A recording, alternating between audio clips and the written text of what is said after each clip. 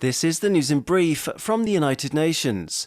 Nearly half of Somalia's estimated population, that's 7.8 million people, have been hit hard by the worst drought in 4 decades.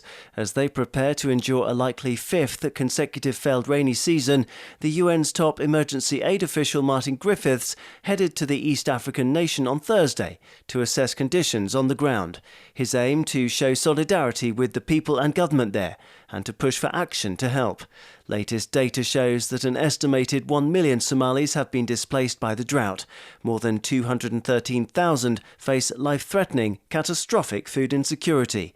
Mr. Griffiths' office described the famine risk as imminent if crop and livestock production fails, if food prices continue to rise, and if those most in need do not get more support.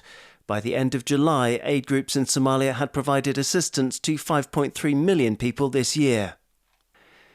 A year after a military coup in Afghanistan, all 34 provinces are in critical need of emergency aid, UN agency IOM said on Thursday. In a call for international support ahead of winter, the International Organization for Migration, IOM, said that nearly all Afghans have been plunged into poverty since the Taliban takeover. Although IOM's operations are only 34% funded, the UN agency has drastically expanded temporary shelter activities to almost 1 in 2 Afghans who've needed it in the last year. The UN agency has also supported greater healthcare coverage from 4 provinces before last August's coup to 13 provinces today.